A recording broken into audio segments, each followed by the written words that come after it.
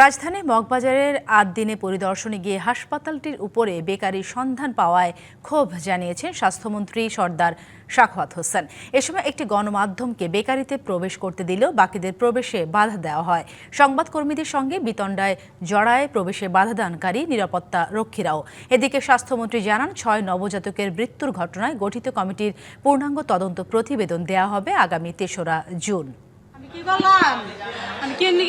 ঈদের আগের দিন রাজধানীর মগবাজারের ৮ দিন হাসপাতালে ৬ নবজাতকের মৃত্যুর ঘটনায় গঠিত কমিটির তদন্ত প্রতিবেদন দেওয়ার কথা ছিল শনিবার। এদিন দুপুরের পর স্বাস্থ্য অধিদপ্তরের কর্মকর্তাদের নিয়ে হাসপাতালটি পরিদর্শন করেন স্বাস্থ্যমন্ত্রী সর্দার সাখাওয়াত হোসেন। এ সময় ভবনটির উপরে বেকারির সন্ধান পান স্বাস্থ্যমন্ত্রী। তবে সেখানে একটি বাদে অন্য কোনো গণমাধ্যমকে প্রবেশ করতে দেওয়া হয়নি। সাংবাদিকরা সেখানে প্রবেশ করতে চাইলে বাধা দেয় নিরাপত্তারক্ষীরা। গণমাধ্যম কর্মীদের অভিযোগ, বেকারিতে প্রবেশ ঠেকাতে নিশ্চিতে আইনশৃঙ্খলা বাহিনীর সদস্যদের নিয়ে আসে কর্তৃপক্ষ।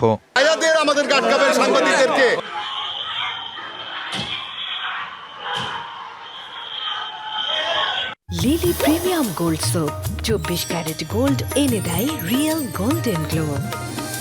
পরে পুরো বিষয়টি নিয়ে কথা বলেন স্বাস্থ্যমন্ত্রী। হাসপাতালে বেকারি মেলায় ক্ষোভ জানান। আমি দেখেছি, আমরা পরে এগুলি পূর্ণাঙ্গ আলোচনা করব। বেকারি চলে দুইটা, ইলেকট্রিক কি দিয়ে, ইলেকট্রিক ওপেন দিয়ে। আমি এখানে কোনো ইলেকট্রিক্যাল ইঞ্জিনিয়ার পাইনি, একজন মেকানিক্যাল অ্যাসিস্ট্যান্ট পেয়েছি। দেয়ার আর সো মেনি গার্বেজেস দেয়ার, যেগুলি একটা হসপিটালে হাজার হাজার ছাত্র ছাত্রী রুগী অ্যাটেন্ডেন্ট থাকে, এটা উচিত হয়নি।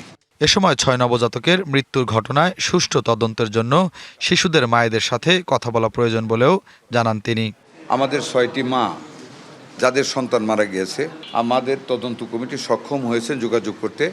আরও 2 থেকে 3 দিন টাইম লাগবে ওনাদের প্রত্যেকের সাথে দেখা করতে, যেই কারণে ওনারা আবেদন করেছেন, আমাদেরকে সমস্ত কিছু দেখিয়েছেন ওনাদের ফাইন্ডিংস।